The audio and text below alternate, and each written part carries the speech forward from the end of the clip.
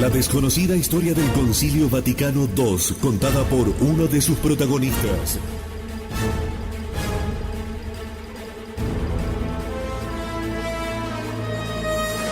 El Rin desemboca en el Tíber, de Ralph Wilhelm.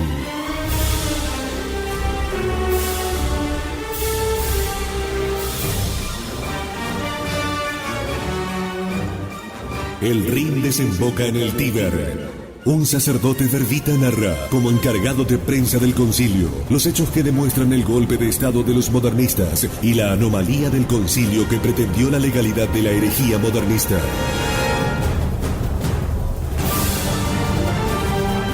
Imprescindible para conocer la historia y entender lo que nos está pasando. El Rin desemboca en el Tíber. En la voz de Fabián Vázquez. A continuación, en Radio Cristiandad.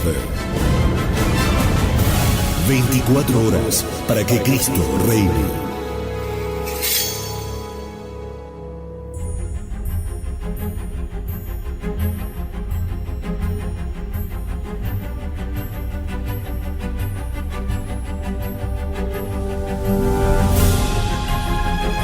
La cordial bienvenida para todos los amigos de Radio Cristiandad alrededor del mundo en esta nueva entrega de El Rin desemboca en el Tíber, la desconocida historia del Concilio Vaticano II.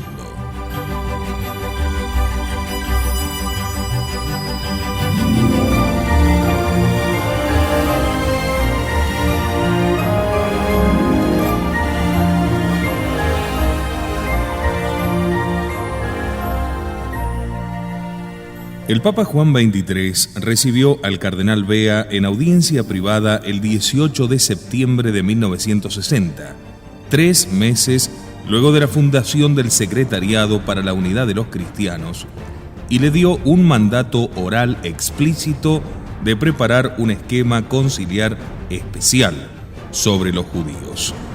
El esquema estaba listo para su presentación a la Comisión Preparatoria Central en junio del 62, pero la comisión no lo aceptó.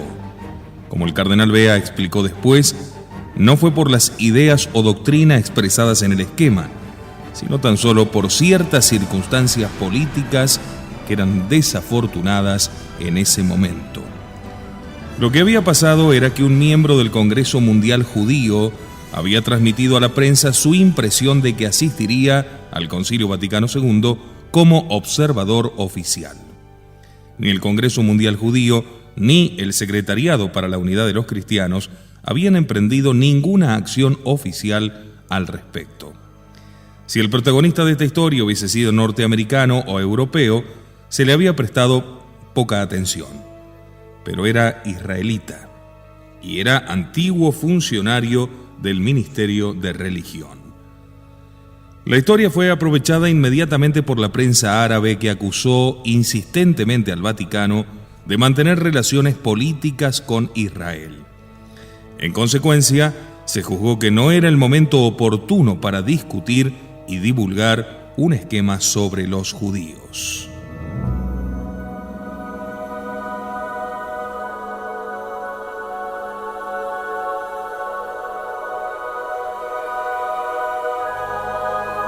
En la primera sesión del concilio, la única mención a los judíos fue del obispo Méndez Arceo de México el 6 de diciembre de 1962, 2 días antes de concluir la sesión. Allí sugirió que el concilio definiese la relación entre la Iglesia Católica y los judíos. Posteriormente, dentro de ese mismo mes, el cardenal Bea enviaba un largo informe sobre el asunto al Papa Juan. Insistió especialmente en que el único punto que debía tratar cualquier documento que el Congreso pudiese preparar sobre los judíos debía ser puramente religioso. Sostuvo que no había peligro de que el concilio se viese envuelto en los graves problemas políticos procedentes del sionismo o de las relaciones entre las naciones árabes y el Estado de Israel.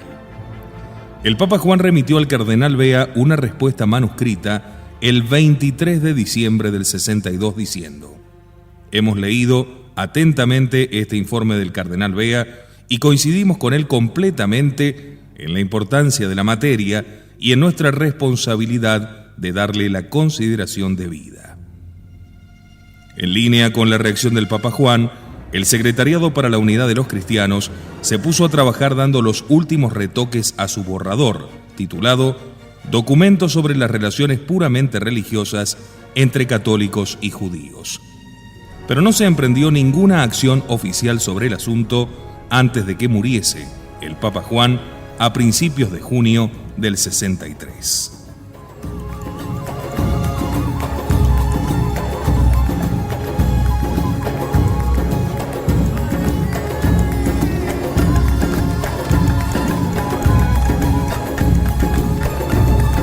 El cardenal Bea sometió el texto final a la Comisión de Coordinación luego de que el Papa Pablo VI declarase a finales de junio que el concilio continuaría. Pero el 18 de octubre de 1963, 3 semanas después de la apertura del segundo periodo conciliar, la Comisión de Coordinación aún no había adoptado ninguna medida sobre la distribución del documento o sobre la forma en que se presentaría. El 8 de noviembre del 63, el Secretariado para la Unidad de los Cristianos comunicó que aquella mañana se había distribuido a los padres conciliares un borrador sobre la actitud de los católicos hacia los no cristianos y particularmente hacia los judíos. El comunicado seguía diciendo que el borrador constituiría el capítulo 4 del esquema sobre ecumenismo. El documento, continuaba el comunicado, no puede considerarse pro-sionista o anti-sionista, pues considera que estas son cuestiones políticas completamente al margen de su ámbito religioso. De hecho, toda utilización del texto en apoyo de discusiones partidistas o reivindicaciones particulares o para atacar las pretensiones políticas de otros estaría completamente injustificada y sería contraria a cualquier intención de quienes lo han compuesto y presentado. También se señalaba que el papel que los jefes judíos habían jugado el Viernes Santo en la crucifixión no excluye la culpabilidad de toda la humanidad. La culpa personal, dice, de estos jefes no puede atribuirse al pueblo judío en su conjunto, ni al de los tiempos de Cristo, ni al actual. Por tanto, era injusto, decía aquel comunicado, acusar al pueblo judío de deicida o considerarle maldito por Dios. Sin embargo, el título del borrador era desconcertante porque hablaba de la actitud de los católicos hacia los no cristianos, cuando el borrador en sí mismo solamente trataba de los judíos.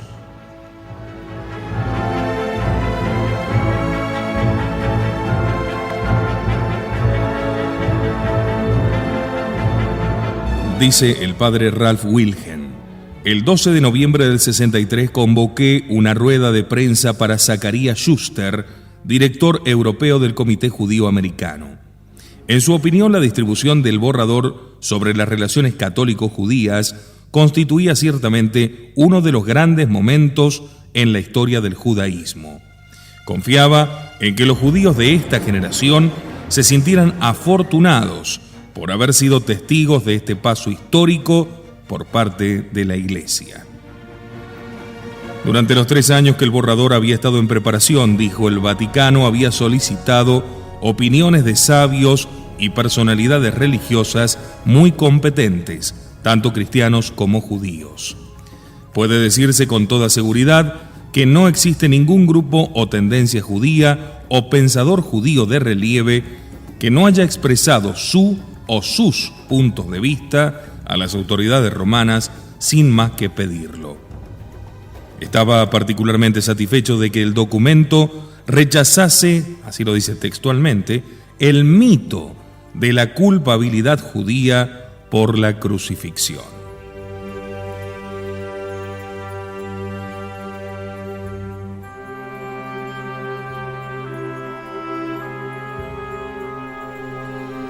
Antes de abordar cada capítulo del esquema sobre ecumenismo, el concilio lo discutió en forma genérica, comenzando el 18 de noviembre.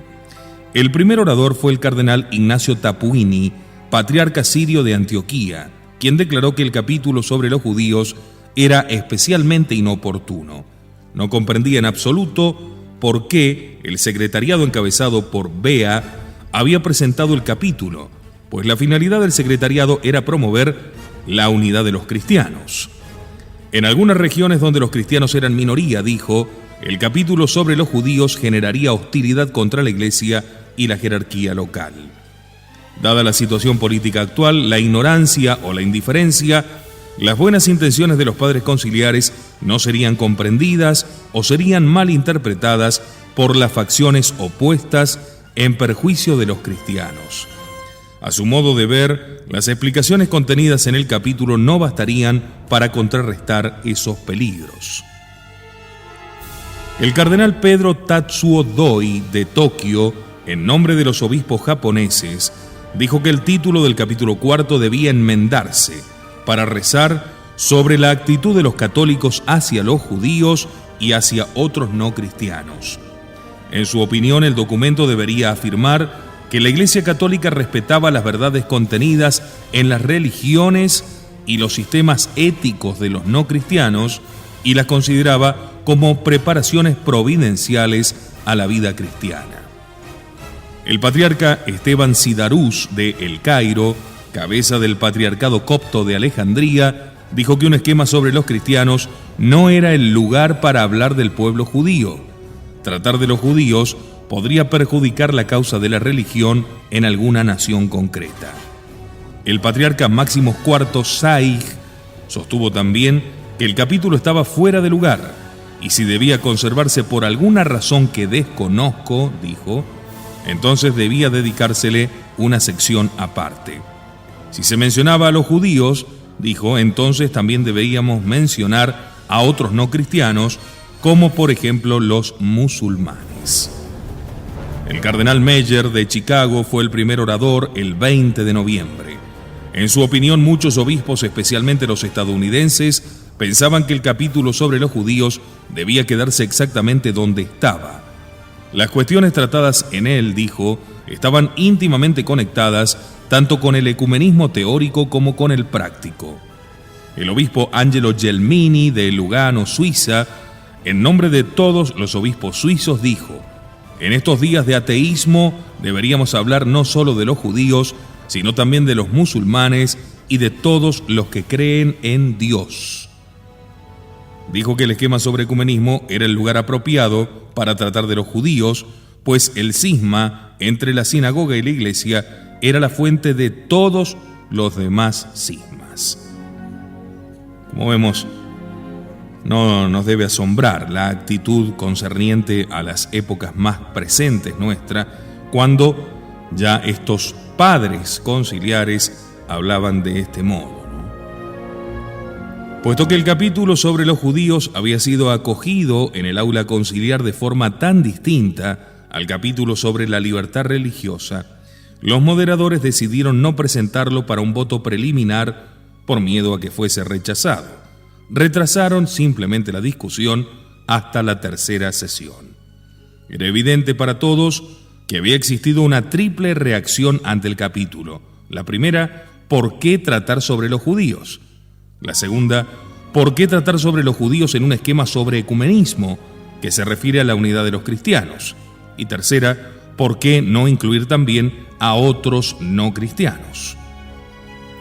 El Secretariado para la Unidad de los Cristianos y el Concilio en su conjunto comprendieron que la única solución consistía en disponer de un documento distinto del esquema sobre ecumenismo, en el cual se mencionarían a los judíos y otras religiones no cristianas, especialmente el Islam, la religión de los musulmanes.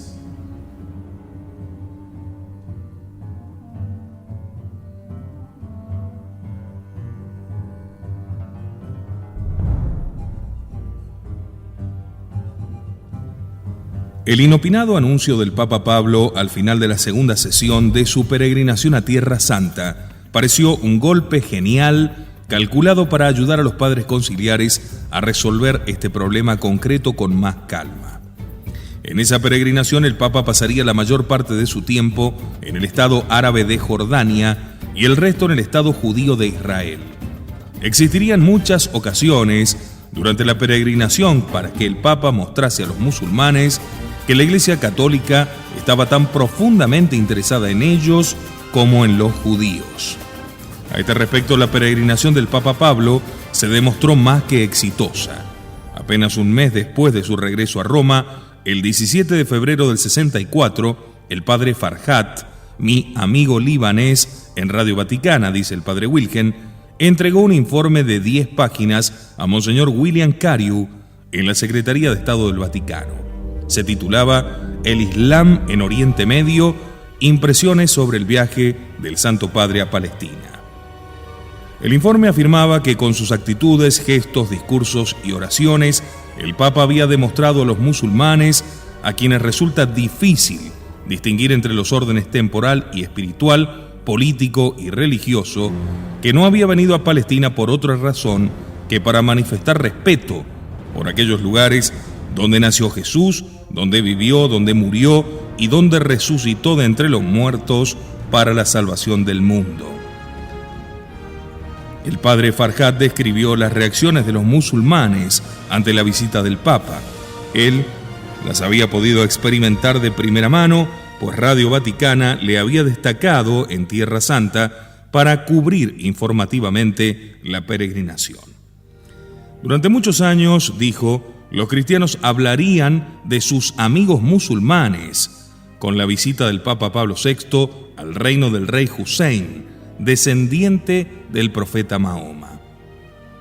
Al final del informe, el padre Farhat formulaba 3 sugerencias prácticas. Primero, recordó que el Papa en su declaración del 12 de septiembre del 63 había dicho que en el momento oportuno se establecería un secretariado para los no cristianos y preguntaba si no podría considerarse que el momento oportuno era este. En segundo lugar, sugería que se invitase a observadores musulmanes a la tercera sesión del concilio, gesto que conmovería profundamente el corazón de los mahometanos. En tercer lugar, propuso un plan para contrarrestar la propaganda que acusaba a la Iglesia de tener malas intenciones al introducir el capítulo sobre los judíos. Si se llevaba a cabo, dijo, impediría que los gobiernos de los países islámicos explotasen el capítulo sobre los judíos en perjuicio de la cristiandad. Su plan consistía en compensar el capítulo sobre el judaísmo con un capítulo sobre el Islam. Este nuevo capítulo podría servir como base para un eventual diálogo religioso con los musulmanes. Monseñor Cariou, como el padre Farhat, había estado en Jerusalén en la época de la visita del Papa y también se había conmovido por el respeto religioso y la reverencia que manifestaron los musulmanes. Aseguró al padre Farhat que el informe sería entregado al Santo Padre sin dilación. Tras leerlo atentamente, el Papa pidió que se hiciese una copia para el cardenal Paolo Marella y otra para el Secretariado para la Unidad de los Cristianos.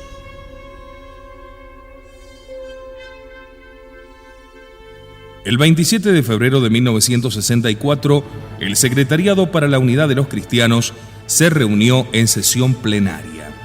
En ella se examinaron cuidadosamente todas las propuestas referentes al capítulo sobre los judíos que habían realizado los padres conciliares en intervenciones orales o escritas. El secretariado llegó a las siguientes conclusiones. El esquema sobre ecumenismo, como era lógico, discutiría solamente la cuestión de la unidad entre los cristianos.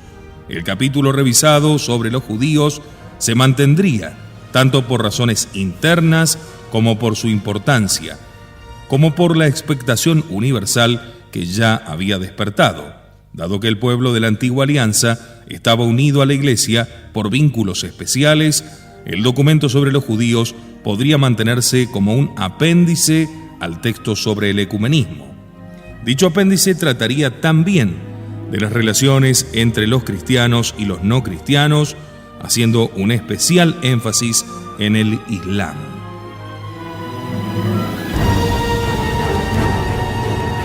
El 17 de mayo del 64, 3 meses más tarde, siendo este domingo de Pentecostés, el Papa Pablo invitó a todos los estudiantes eclesiásticos de Roma a asistir a una misa especial que celebraría en San Pedro. Al finalizar su sermón, mencionó los enormes esfuerzos que la Iglesia Católica estaba haciendo por aproximarse a los cristianos separados y a quienes pertenecían a otras religiones. En este sentido, dijo el Papa Pablo, haremos ante vosotros un anuncio especial, el cual esperemos que la fiesta de Pentecostés confiera significado y valor. Es este: como anticipamos hace algún tiempo, estableceremos aquí en Roma, precisamente en estos días, un secretariado para los no cristianos. Tendrá una estructura análoga a la del secretariado para los cristianos separados, pero por supuesto con funciones distintas. Lo confiaremos al cardenal arcipreste de esta basílica, quien, además de la sabiduría y virtud que le han merecido el amor y respeto de la Iglesia de Roma, tiene una competencia poco común sobre las religiones de los pueblos del mundo. El cardenal arcipreste al que se refería el Papa Pablo era el cardenal Marella, romano de nacimiento, miembro de la Curia Romana, antiguo internuncio apostólico en Japón durante la Segunda Guerra Mundial y que en aquellos momentos encabezaba la Sagrada Congregación responsable del mantenimiento de San Pedro. 2 días más tarde, el 19 de mayo del 64, el Papa Pablo VI estableció el Secretariado para los No Cristianos, a cuyo frente nombraba al cardenal Marella. 2 semanas antes de la apertura de la tercera sesión, esto es el 31 de agosto del 64, me visitó el doctor Joseph Lichten, director del Departamento de Asuntos Interculturales de la Liga Antidifamación B'nai B'rith. Se encontraba profundamente afectado por el hecho de que la frase que exculpaba a los judíos de la crucifixión de Cristo hubiese desaparecido ahora del documento conciliar, y sostuvo que la frase en cuestión era la más importante del documento en lo que se refiere a los judíos. Me dijo que ya había visitado a varios cardenales en Europa para tratar del asunto y estaba ocupado en conseguir contactos en Roma. Dijo además que el cardenal Bea estaba preparando una enmienda especial para presentar en el aula conciliar sobre esta lamentable desaparición. Es que la puerta ya había sido abierta. Ya era para ellos mucho más fácil ir e increpar a cada uno de los cardenales en particular, ir y tratar de hacer, y lo hicieron, relaciones amistosas en base a estas presiones que ya ejercían los judíos por la puerta abierta que había dejado el Papa Juan. En la Congregación General del 25 de septiembre del 64, el cardenal Bea informaba sobre la declaración revisada. El problema era si el pueblo judío en cuanto tal y en qué medida debía ser considerado culpable de la condena y muerte de nuestro Señor Jesucristo.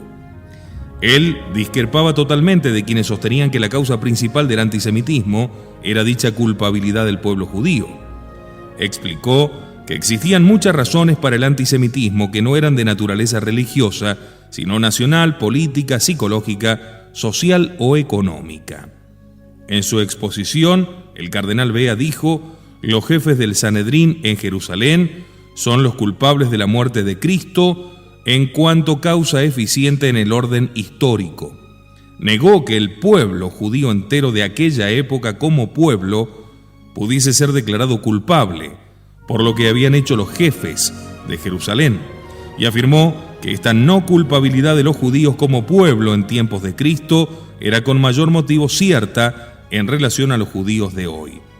Según dijo, era evidente que los cabecillas judíos que condenaron a muerte a Cristo no eran formalmente culpables de deicidio, pues Cristo mismo, en San Lucas 23:34, San Pedro en Hechos 3:17 y San Pablo en Hechos 13:27, habían dicho que aquellos jefes habían actuado sin pleno conocimiento de la divinidad de Cristo. Antes de finalizar su informe, el cardenal Bea, recordemos, conocido criptomasón, llamó la atención sobre la específica referencia a los musulmanes que se hacía en el nuevo texto. El primero de los 34 padres conciliares que hablaron sobre el texto revisado fue el cardenal Lienard de Francia. Dijo que los padres conciliares orientales estaban preocupados por cuestiones políticas, mientras que la materia en cuestión era exclusivamente religiosa. debía ser considerada desde un punto de vista ecuménico y pastoral. Era partidario del texto y deseaba que se completase aún más. El cardenal Tapuini repitió solemnemente las graves objeciones que él y otros patriarcas orientales ya habían planteado durante la segunda sesión. Afirmó que sus observaciones no debían interpretarse como hostilidad hacia los judíos. Sin embargo, puesto que preveían las dificultades que aparecerían en el camino de su trabajo pastoral y puesto que deseaban defender al concilio de la acusación infundada de estar siguiendo una línea política concreta, pensaban respetuosamente que era necesario llamar la atención de los padres conciliares sobre lo inoportuno de la declaración. Dijeron que eran plenamente conscientes de lo que estaba en juego e instaban a la asamblea a prescindir totalmente del asunto. Los cardenales Frings, Lercaro, Leger, Ritter, el arzobispo Lorenz Jäger de Paderborn, Alemania, el obispo Peter Nierman de Groningen, que habló en nombre de todos los obispos holandeses, y el obispo Jules Daem de Amberes, en Bélgica, apoyaban la conservación y la mejora del texto. El cardenal Koenig de Viena consideraba bueno el texto, pero dijo que era necesaria más exactitud en ciertas secciones. El cardenal Ruffini de Palermo dijo que si se mencionaba en el texto a judíos y musulmanes, también debía hacerse con budistas e hinduistas. El cardenal Meyer de Chicago pidió la restauración del texto del año anterior, porque dijo era más explícito en el rechazo de la acusación de deicidio. También quería que la declaración tratase exclusivamente sobre los judíos. Opinó que las secciones sobre otras religiones eran importantes, pero que debían tratarse en otro lugar. Viendo la historia, uno puede comprender muy bien el paso trascendental que dieron los jerarcas de la Iglesia, los cardenales conciliares, los que presionaron, el cardenal Bea principalmente, quien se quedó a cargo de esta nueva secretaría, conocido, como decíamos, criptojudío y criptomasón, y cómo logró en un corto tiempo la Iglesia, que en su magisterio, en su tradición, llamaba a los judíos el pueblo deicida, a llamarle los hermanos mayores en la fe. Y si esto no es un cambio de doctrina, ¿dónde estará este? Enseguida regresamos. El Rin desemboca en el Tíber. En la voz de Fabián Vázquez. El Rin desemboca en el Tíber. En la voz de Fabián Vázquez.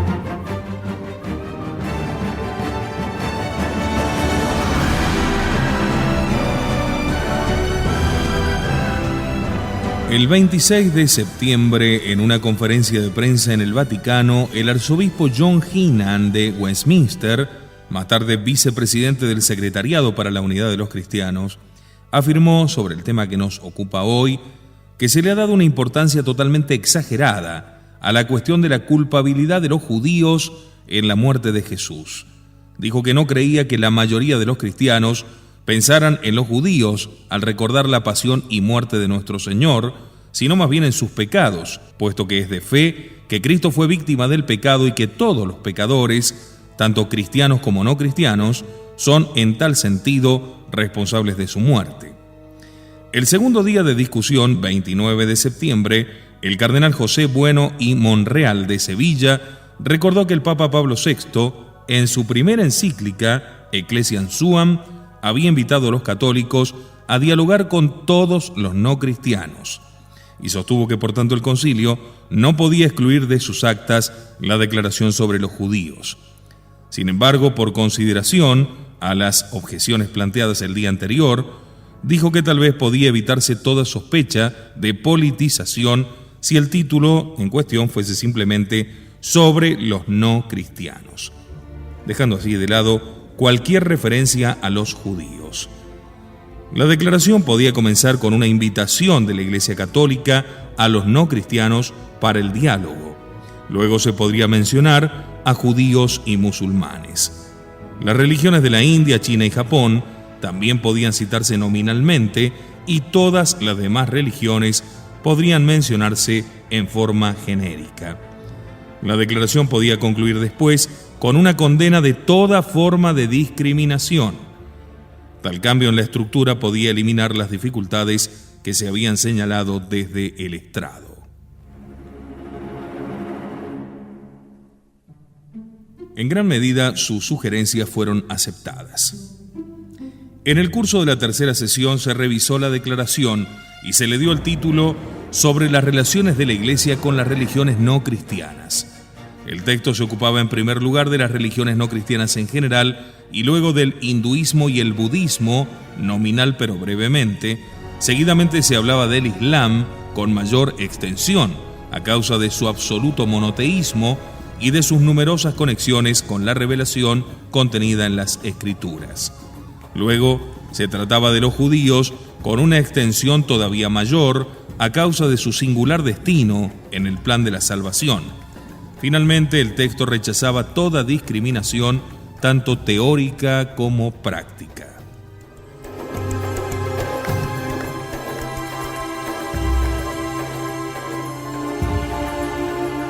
El 20 de noviembre, en la última congregación general de la tercera sesión, se sometió a votación el texto revisado. Hubo 1.651 votos a favor, 99 negativos y 242 votos afirmativos iuxta modum. En la tercera y la cuarta sesión se revisó la declaración a la luz de las sugerencias incluidas en los votos afirmativos. A mediados de octubre del 65, durante la sesión cuarta, 1.763 padres conciliares expresaron su satisfacción con la forma en que las enmiendas fueron incorporadas al texto y 250 estuvieron en desacuerdo. Se remitió entonces el texto a Pablo VI, quien decidió su presentación y votación formal final en la sesión pública del 28 de octubre. El resultado final del escrutinio fue de 2.221 a favor y 88 en contra. El Papa promulgó inmediatamente la declaración. El cardenal Bea se encontraba exultante, considerándolo un voto casi unánime. Era providencial, dijo, que por medio de la discusión el texto hubiese llegado a incluir referencias tanto a todas las religiones no cristianas como a la religión judía.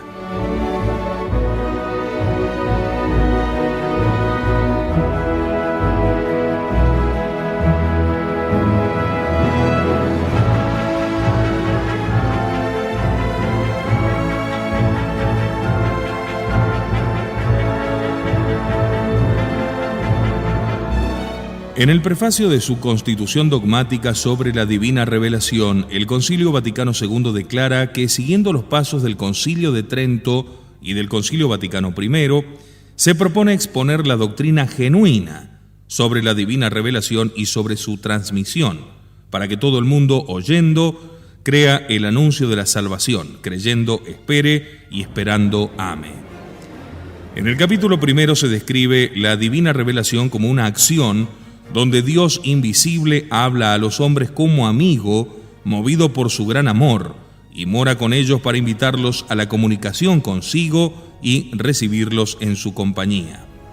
Este plan de la revelación se realiza con palabras y gestos intrínsecamente conexos entre sí, de forma que las obras realizadas por Dios en la historia de la salvación manifiestan y confirman la doctrina y los hechos significados por las palabras, y las palabras por su parte proclaman las obras y esclarecen el misterio contenido en ellas. La tramitación del esquema sobre la divina revelación se desplegó en 4 sesiones. En la primera sesión, la discusión se bloqueó sobre el asunto crucial de la existencia de una o 2 fuentes de la revelación. El Papa Juan XXIII salió del punto muerto creando una comisión especial conjunta donde estuviesen representadas ambas tendencias en conflicto y ordenándole que redactase un nuevo texto.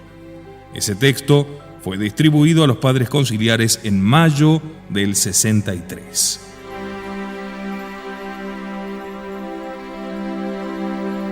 El 9 de agosto de 1963, el obispo Schröfer de Eichstätt en Alemania, un miembro de tendencia liberal de la Comisión Teológica, informó a los padres conciliares que se prepararan para asistir a la conferencia de Fulda ese mes, ya que el esquema revisado era producto de una pugna laboriosa en la comisión conjunta y no era más que un texto de compromiso con todas las desventajas que implica un compromiso.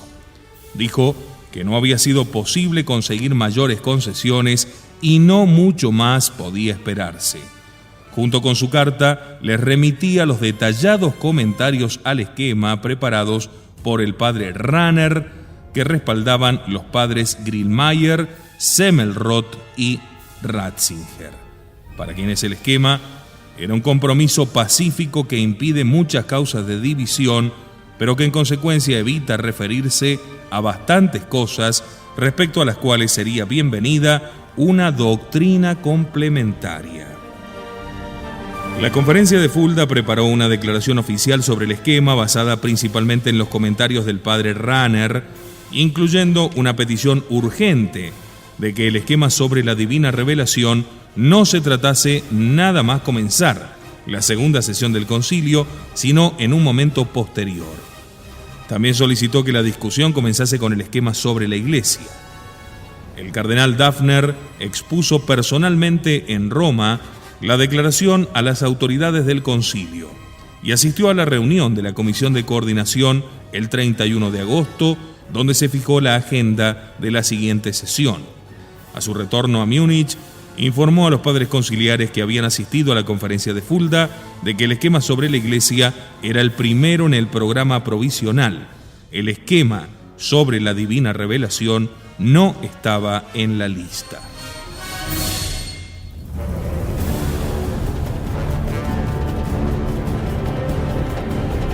Aunque Rahner había dicho a los obispos en Fulda antes de la segunda sesión que era virtualmente imposible sustituirlo por un esquema nuevo y mejor, esta esperanza revivió al final de la segunda sesión cuando la Alianza Europea obtuvo 4 nuevos miembros electos para la Comisión Teológica, responsable del esquema sobre la divina revelación. Al mismo tiempo se anunciaba que podrían remitirse más enmiendas por correo hasta el 31 de enero del 64. 3 semanas después de la clausura de la sesión segunda, la Comisión de Coordinación ordenó a la Comisión Teológica que procediese a una revisión del esquema, hasta entonces no discutido. Para llevar a cabo la revisión, se crearon subcomisiones especiales de la Comisión Teológica. Entre sus miembros figuraban el obispo André Charouet de Namur, en Bélgica, como presidente, el obispo Van Dodegaard de Haarlem, en Holanda, el arzobispo Hermenegildo Florit de Florencia, Italia, el obispo Joseph Heichen, auxiliar de Lieja, en Bélgica, Dom Butler, abad de Downside, superior de los benedictinos ingleses, el obispo Georges Pelletier, de Canadá, y un amplio número de periti, entre ellos el padre Grillmayer, Semmelroth, Castellino, Serfox, Garófalo, Turrado, Rigox, Kerrigan, Gañevet, Rahner, Congar, Schoff, Priñón, Meller, Smulder, Betty, Colombo, Ramírez y Van der Einde. Los obispos y expertos de estas subcomisiones especiales trabajaron por separado antes de reunirse en Roma del 20 al 24 de abril de 1964.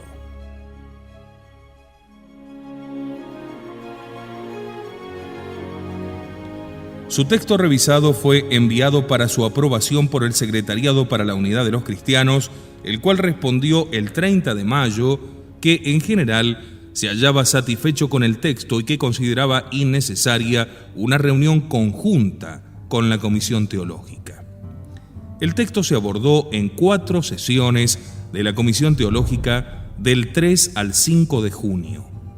El 26 de junio, la Comisión de Coordinación aprobó el texto revisado y el 3 de julio fue aceptado por el Papa Pablo VI como base para la discusión.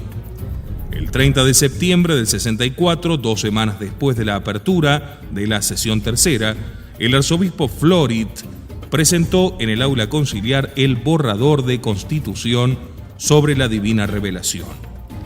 Dijo el arzobispo que muchas de las observaciones escritas remitidas por los padres conciliares habían solicitado que el esquema incluyese un tratamiento más completo de la tradición. Muchos también habían pedido un tratamiento más profundo de la revelación en sí misma, pidiendo que el concepto de revelación se desarrollase más, así como su objeto, que no solo debía incluir verdades sobre Dios, sino a Dios mismo, puesto que Dios se revela a sí mismo no solo mediante palabras, sino también en los hechos realizados por Él en la historia de la salvación. Otro miembro de la Comisión Teológica, el obispo Franic de Yugoslavia, dijo que el esquema tal como estaba, aunque no erróneo, era notablemente deficiente en su tratamiento de la integridad de la tradición. El cardenal Defner de Múnich, en nombre de 78 padres conciliares de habla alemana y escandinavos, elogió enormemente el texto, diciendo que había conseguido evitar el difícil problema de definir si la totalidad de la revelación estaba o no contenida en las Sagradas Escrituras. El cardenal Leger de Montreal dijo que el texto era más que satisfactorio y que se había conseguido un fino equilibrio al describir la relación entre las Sagradas Escrituras y la tradición. El arzobispo Sheehan de Baltimore consideró el esquema incompleto porque, dijo, no expone el aspecto subjetivo de la revelación, esto es, lo que ocurre en la mente humana que recibe la revelación de Dios, la interpreta y luego la transmite al pueblo de Dios. El obispo Compagnone de Anagni, en Italia, dijo que no había que desviarse de la doctrina del Concilio de Trento y del Vaticano I, que afirmaban que la tradición era más extensa que las Sagradas Escrituras y que la revelación estaba contenida no solo en las Sagradas Escrituras, sino también en la tradición. Aunque la mayoría no considerase oportuno introducir esta doctrina en el texto, debía tenerse cuidado para no dar la impresión de que el concilio estaba volviendo la espalda a decisiones ya tomadas por Roma. Don Butler, abad de Downside, sacó a colación el problema de la historicidad de los evangelios. A la luz de la fe, dijo, es cierto que los evangelios, como otros libros de la Biblia, son inspirados con todas las consecuencias que resultan de esta verdad dogmática, pero también es cierto que el concepto de los llamados géneros literarios se aplica a los evangelios igual que a los demás libros. Y es igualmente cierto, dijo, que gracias a dicho concepto se han solucionado muchas dificultades del Antiguo Testamento sin daño para la fe. Al mismo tiempo han desaparecido aparentes contradicciones entre los libros inspirados y otras verdades científicas o históricas conocidas. Siguió diciendo, no hay razón ni desde el punto de vista de la fe, ni desde el punto de vista del dogma, por la cual no pueda suceder lo mismo en el caso de los evangelios. Admitió abiertamente que podían suscitarse errores y que algunos exégetas podían incluso convertir esa libertad en licencia, pero debía afrontarse ese peligro a la vista del enorme bien que podía conseguirse. El debate se cerró el 6 de octubre. Todas las sugerencias realizadas durante los 5 días de debate, así como las contenidas en intervenciones escritas, se examinaron nuevamente. El 20 de noviembre, en la última congregación general de la sesión, la nueva versión del esquema se entregaba a los padres conciliares, a quienes se informaba de que podían realizar observaciones adicionales hasta el 31 de enero de 1965. el Grupo Internacional de Padres envió a los miembros de su listado de correos una crítica de 10 páginas al esquema, junto con una carta donde se afirmaba que en conciencia solo podría darse un voto afirmativo en la cuarta sesión si las enmiendas que adjuntaban eran incluidas en el esquema.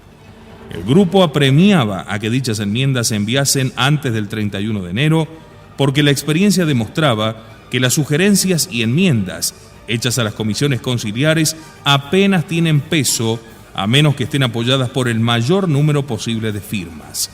Sin embargo, todo el esfuerzo fue baldío, porque la Comisión Teológica no realizó ninguna revisión, contrariamente a lo anunciado en el aula conciliar. La votación sobre el esquema tuvo lugar a principios de la cuarta sesión entre el 20 y el 22 de septiembre de 1965. Contrariamente al artículo 61.3 del reglamento, ningún representante de la Comisión Teológica leyó informe alguno antes de la votación. En el curso de 6 votaciones se habían presentado calificaciones en 1.498 votos afirmativos. La Comisión Teológica, sin embargo, no estaba obligada a adoptar ninguno de esos cambios porque cada parte del esquema había recibido un apoyo mucho mayor de los 2/3 necesarios. Los votos afirmativos iuxta modum se referían principalmente a la relación entre las escrituras y la tradición, en el epígrafe 9 específicamente, a la inerrancia de las escrituras en el epígrafe 11 y a la historicidad de los 4 evangelios en el epígrafe 19. Desde el principio, estos 3 puntos eran los que se habían mostrado más difíciles, a causa de las diferentes escuelas de pensamiento teológico, de las diversas posiciones dictadas por los modernos estudios bíblicos y por, principalmente, las implicaciones ecuménicas.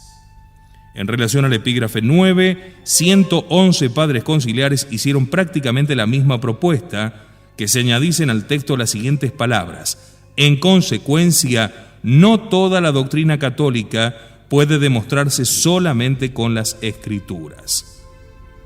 Para ayudar a la Comisión Teológica en sus deliberaciones sobre este punto, el Papa Pablo le remitió el 24 de septiembre la siguiente cita de San Agustín: son muchas las cosas que la Iglesia enseña y que por tanto hay razón para creer que fueron enseñadas por los apóstoles y sin embargo no se encuentran en forma escrita. Por alguna razón la cita nunca fue llevada a ninguna de las reuniones de la comisión los días 1, 4 y 6 de octubre. Tuvo lugar una larga y acalorada discusión sobre la propuesta de los 111 padres conciliares y finalmente el 6 de octubre se decidió mantener el texto sin cambios.